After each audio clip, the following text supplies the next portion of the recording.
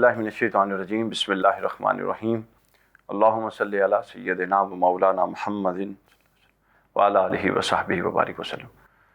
السلام علیکم خواتین و حضرات۔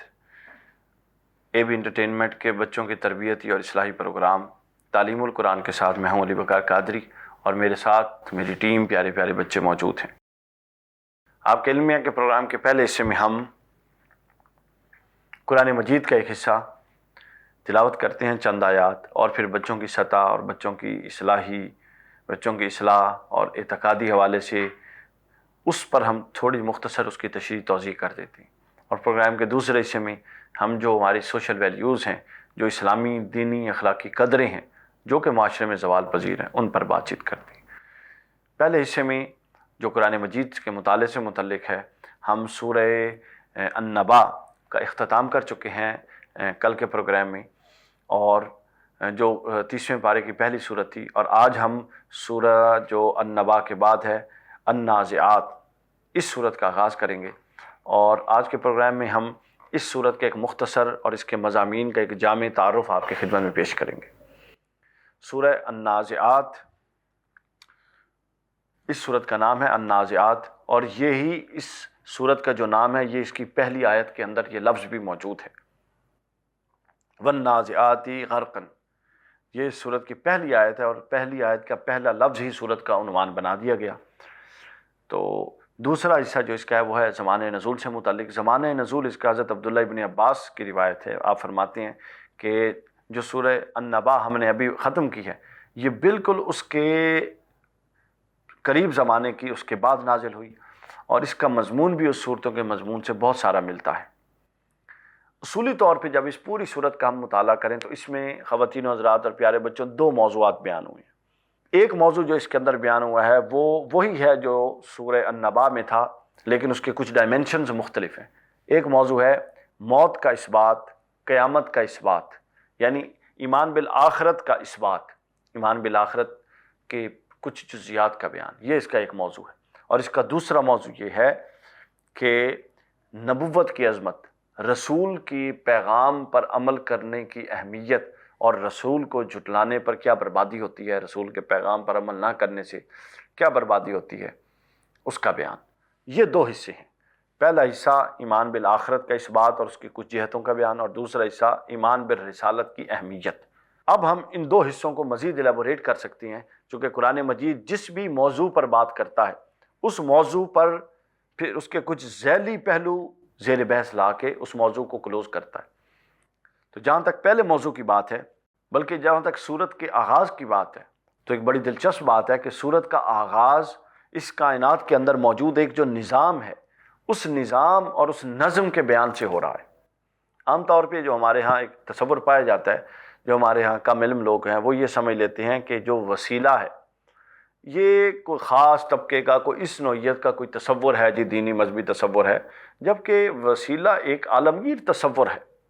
وسیلہ یہ ہے کہ اللہ تعالیٰ مالک کے مختار ہے، اور مالک کے مترک ہے، قادر مطلق ہے، اور وہ اپنی قدرت سے اس پوری کائنات کے نظم کو چلائے ہوئے ہے، اور مختلف بندوں کے ذریعے، مختلف ملائکہ کے ذریعے، مختلف انسانوں کے ذریعے وہ بہت سارے وہ امور جس کا اس نے براہ راست کرنے کا وعدہ کیا، ان کے ذریعے امور دے رہا ہے یا انجام دے رہا ہے۔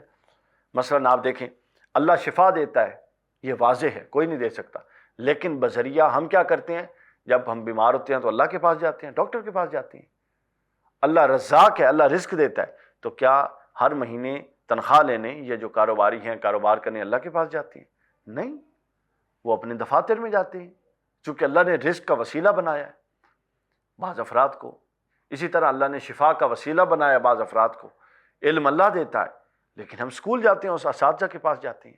ہدایت اللہ دیتا ہے، لیکن اللہ کیا ہم میں سے ہر ایک کے پاس آیا ہے؟ نہیں، اللہ نے اپنے نبی بھیجے ہیں۔ تو اس کائنات کا پورا نظم جو ہے وہ وسیلہ اور اللہ تعالیٰ کے جو اسباب اللہ نے قائم فرمائے ہیں ان پر قائم ہے۔ اس صورت کا بیان انہی اسباب سے ہو رہا ہے۔ اللہ تعالیٰ نے اپنے جلیل القدر ملائکہ کی قسمیں کھائیں، اور ملائکہ وہ جن کے ذریعے اس کائنات کے بہت سارے انتظامات اور انصرامات اللہ تعالیٰ چلا رہا ہے، ان کی قسمیں کھائی ہیں۔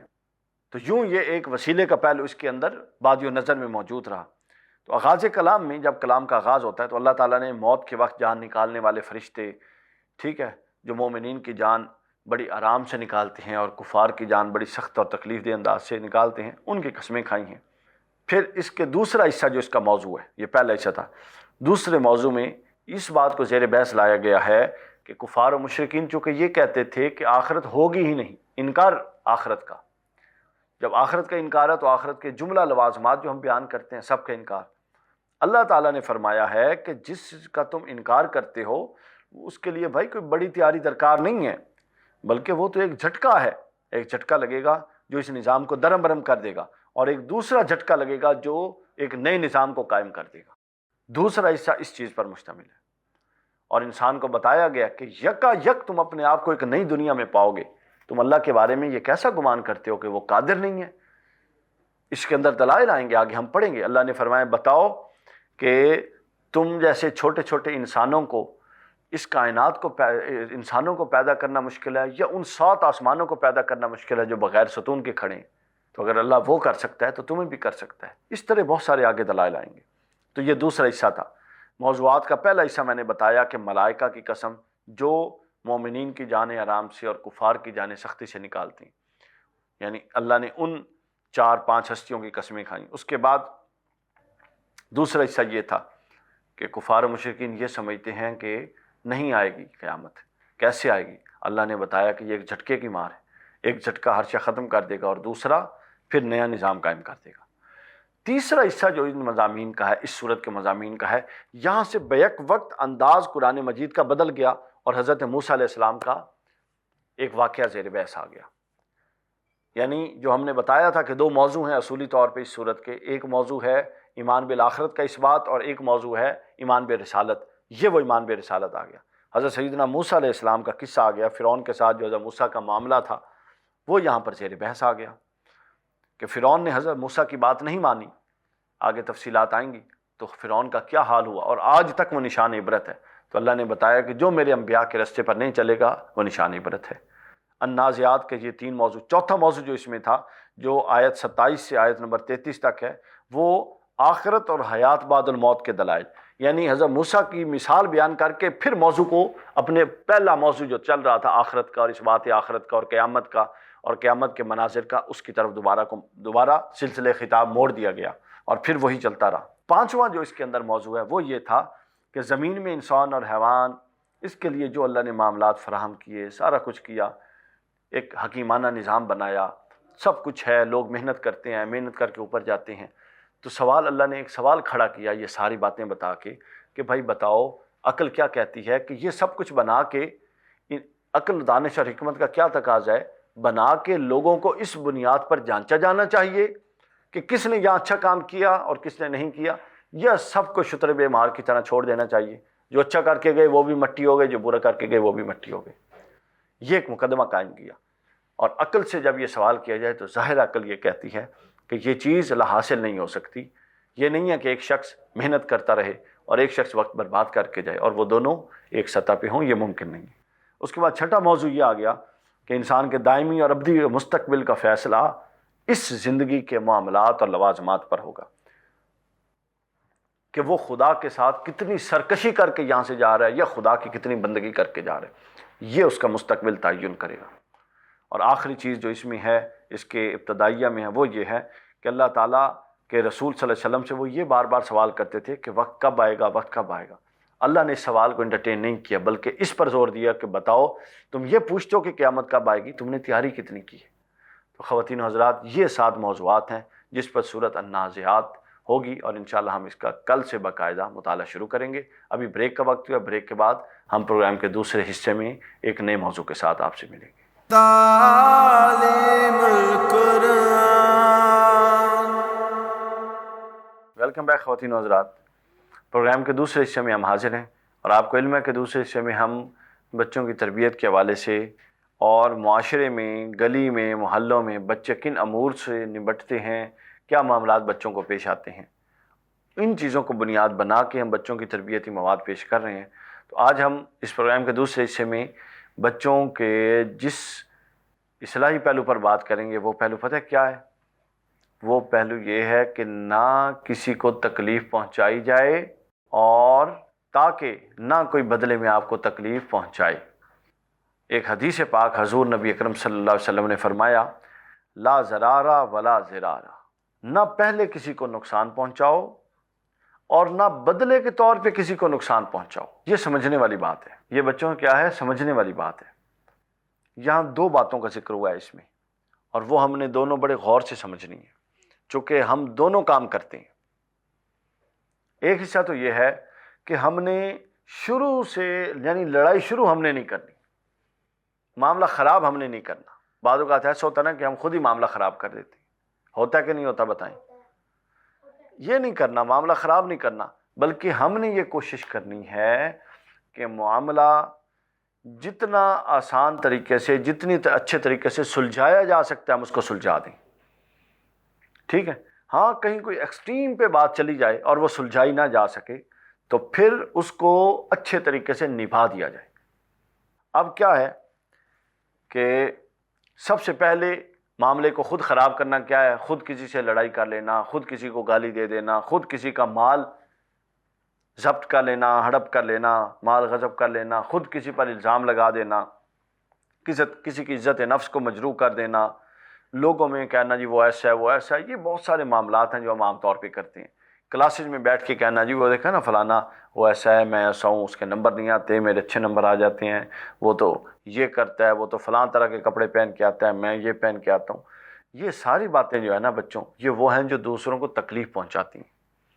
ان چیزوں سے ہم نے بچنا ہے، کیونکہ ان چیزوں سے اگر ہم نہ بچے تو کیا ہے، ہم نقصان پہنچانے والوں میں سے ہو جائیں گے، اور بغیر بدلے کے کسی کو نقصان پہنچانا بہت بڑا گناہ ہے۔ بدلے پر بھی میں آگے آ رہا ہوں کہ بدلے میں نقصان کیا ہوتا ہے۔ ابھی میں بات کر رہا ہوں کہ خود سے ہم خود ہی ایک جنگ چھیڑیں، ٹھیک ہے؟ تو یہ بہت بری بات ہے۔ ہمیں بھیجا گیا ہے اچھا مسلمان بننے کے لیے، اور اچھا مسلمان کیا ہے آپ کو یاد نہیں ہے، میں یاد دلا رہا ہوں۔ ہم پڑھ چکے ہیں کہ ہمارے نبی صلی اللہ علیہ وآلہ وسلم نے فرمایا اچھا مسلمان وہ ہے جس کے ہاتھ سے اور زبان سے دوسرے مسلمان محفوظ رہے۔ شاباش، یاد آ گیا۔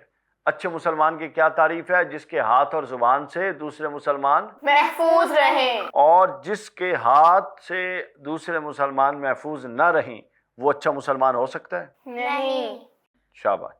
اچھا، اب جب ہم اس بات کو طے کر چکے کہ اچھا مسلمان وہ ہے جس کے ہاتھ سے اور زبان سے دوسرے مسلمان محفوظ رہیں، تو اگر ہم نے خود لڑائی شروع کر دی تو کیا ہم اچھے مسلمان رہے؟ نہیں رہے۔ کیوں نہیں رہے؟ ہم نے تو بھائی خود لڑائی شروع کر دی۔ اب وہ لڑائی ہاتھ سے بھی نقصان پہنچا کے ہو سکتی ہے اور زبان سے بھی ہو سکتی ہے۔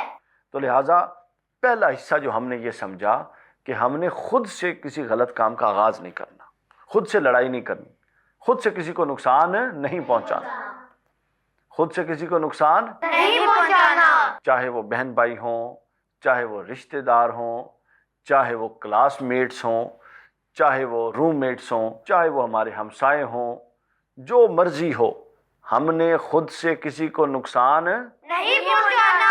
شاباش۔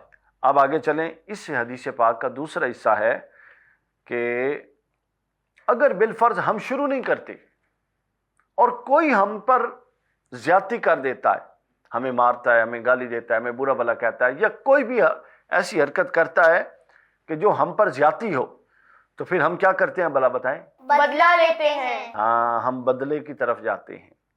یہ وہ طریقہ ہے جو میں نے بتایا تھا کہ جب ہم نقصان خود سے تو نہیں آغاز کر رہے، لیکن اگر کوئی دوسرا آغاز کر رہا ہے تو پھر ہم نے کیا کرنا ہے۔ اب جب ہم یہ سوچتے ہیں نا بچوں کہ ہم نے بدلہ لینا ہے، پھر اس میں پتہ کیا ہوتا ہے؟ ہم کہتے ہیں اس نے یہ کیا، ہم یہ کر دیں گے، ہم یہ کر دیں گے۔ جس طرح کہتے ہیں نا اینٹ کا جواب پتھر سے۔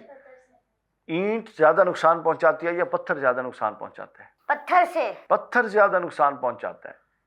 اینٹ تو کم نقصان پہنچاتی ہے، پتھر تو زیادہ ہارڈ ہوتا ہے نا، وہ تو جہاں لگے گا وہ تو سر پھاڑ دے گا۔ اینٹ سے تو سر پھٹ بھی سکتا ہے اور بچ بھی سکتا ہے، لیکن پتھر سے تو نقصان ہی نقصان ہے۔ تو ہم کیا کہتے ہیں؟ اینٹ کا جواب پتھر سے۔ یہ بالکل اسلامی نقطہ نظر کے خلاف ہے۔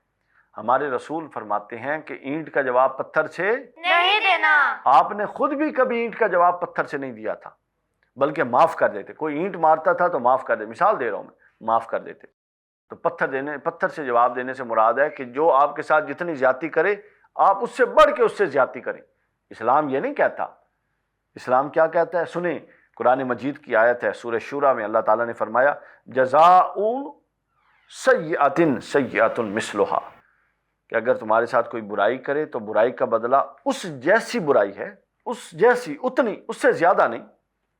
مثلا کسی نے آپ کو تھپڑ مار دیا، اب آپ لگے ہوئے ہیں جی ہم نے بدلہ لینا ہے، یہ کرنا ہے، تو بدلہ آپ زیادہ سے زیادہ پتہ کیا لے سکتے ہیں کہ ایک تھپڑ لگا تھا تو ایک ہی تھپڑ ماریں گے، جتنی زور سے اس نے مارا تھا اتنے ہی زور سے مارے۔ یہ نہیں کہ اس نے ہلکا سا یوں مارا اور آپ زور سے مارے، یہ بدلہ نہیں ہوگا، یہ الٹا زیادتی ہو جائے گی۔ سمجھ گیا بات؟ تو بدلہ کیا ہوتا ہے کہ جتنی زیادتی کی جائے اس کے بدلے میں اتنی اس کو کی جائے۔ لیکن قرآن مجید نے پتہ کیا کہا؟ آگے قرآن نے کہا فمن عفا واصلح فاجرہ علی اللہ، کہ اگر کوئی بدلہ لے ہی نہیں اور معاف کر دے اور صلح کر لے تو پھر اس کے لیے اللہ کے ہاں بہت بڑا اجر ہے۔ اور دوسری بات جو اس آیت میں غور والی ہے کہ برائی کا بدلہ برائی سے لینے کو بھی قرآن نے برائی کہا، حالانکہ ہم کیا سمجھتے ہیں؟ ہمارا حق ہے جی، ہم نے بدلہ لینا ہے کیونکہ اس نے ہمیں مارا ہے، کہتے ہیں نا۔ قرآن مجید نے کہا وَجَزَاءُ سَیِّئَةٍ سَیِّئَةٌ، برائی کا بدلہ لینا بھی ایک برائی ہے، اگرچہ کہ وہ جائز ہے چونکہ آپ اپنا بدلہ لے رہے ہیں، لیکن بہتر یہ ہے کہ آپ بدلہ نہ لیں، معاف کر دیں، چونکہ جو معاف کرے گا اس کے لیے اللہ کے پاس بڑا اجر ہے۔ ٹھیک ہے؟ اور اگر آپ لازماً بدلہ لیں، آپ کہیں گے نہیں ہم معاف نہیں کرتے، ہم تو بدلہ لیں گے، تو پھر کیا بدلہ لیں؟ جتنی آپ کو تکلیف پہنچائی گئی یا اتنی ہی تکلیف پہنچائیں۔ حضرت علی کرم اللہ وجہ الکریم، جی موسیٰ، یہ گناہ ہے نا؟ نہیں، یہ اس کو قرآن تو گناہ برائی کہتا ہے، لیکن اگر کوئی شخص معاف کرنے کو تیار نہیں ہے تو پھر اس کو اتنی ایک اجازت ہے کہ وہ اتنا بدلہ لے جتنی اس کو تکلیف پہنچائی گئی ہے، اس سے زیادہ نہ لے۔ اچھا، آپ کو پتہ ہے حضرت علی کرم اللہ وجہ الکریم کو جب شہید کیا گیا، ایک شخص نے حملہ کیا آپ نے پتہ ہے کیا وصیت فرمائی؟ آپ نے فرمایا کہ اس کو بدلے میں اتنی ضرب لگانا جتنی اس نے مجھے ضرب لگائی ہے، اس سے زیادہ ضرب نہ لگانا۔ کتنی ضرب لگانا؟ جتنی اس نے مجھے ضرب لگائی ہے اتنی ضرب لگانا۔ اب اس پوری بات کو اگر آپ حضور نبی اکرم صلی اللہ علیہ وسلم کی سیرت میں سمجھیں تو میں آپ کو صرف دو چیزوں کی طرف اشارہ کروں گا۔ ایک وہ ماحول جب حضور صلی اللہ علیہ وسلم خود تشریف نہیں لائے تھے، قرآن نازل نہیں ہوا تھا، اس وقت پتہ کیا ماحول تھا؟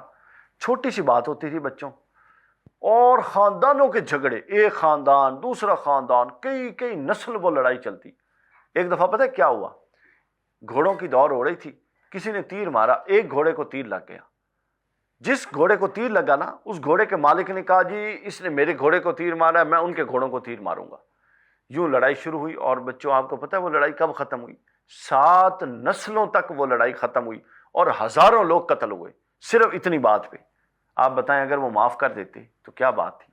ایک بندہ بھی نہ جاتا۔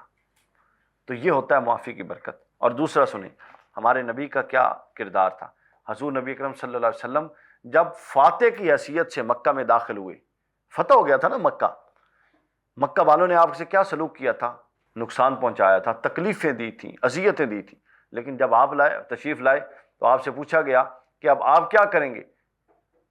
وہ سوچ رہے تھے کہ ہمارے ساتھ تو بڑا برا ہونے والا ہے مکہ والے، لیکن آپ کو پتہ ہے کہ حضور صلی اللہ علیہ وسلم نے کیا فرمایا؟ آپ نے فرمایا کہ آج کسی سے بدلہ نہیں لیا جائے گا، آج بدلہ لینے کا دن نہیں ہے، بلکہ سب کو معاف کر دیا جائے گا۔ حتیٰ کہ جو اس وقت تک اسلام کا سب سے بڑا دشمن تصور ہوتا تھا ابو سفیان، آپ نے فرمایا جو اس کے گھر میں پناہ لے گا اس کو بھی امان حاصل ہوگا، یعنی وہ بھی سیکیور ہے۔ تو آپ نے کسی سے بدلہ نہیں لیا۔ تو بڑے لوگ وہ ہوتے ہیں، ان کے نام بچوں تاریخ میں زندہ رہتے ہیں کہ جب ان کے پاس بدلے کا اختیار ہو لیکن وہ معاف کر دیں۔ تو خواتین و حضرات اور پیارے بچوں، ہم نے یہ وہ بنیادی قدریں ہیں جو اپنے بچوں میں زندہ کرنی ہیں، یہ وہ بنیادی اسلامی ویلیوز ہیں جو ہم نے اپنے بچوں کے اندر زندہ کرنی ہیں۔ اللہ تعالیٰ سے دعا ہے کہ ہمارے حال پہ لطف و کرم فرمائے۔ کل انشاءاللہ نئے موضوع اور نئی آیات کے ساتھ آپ کی خدمت میں حاضر ہوں گے۔ اجازت دیجیے، السلام علیکم ورحمۃ اللہ۔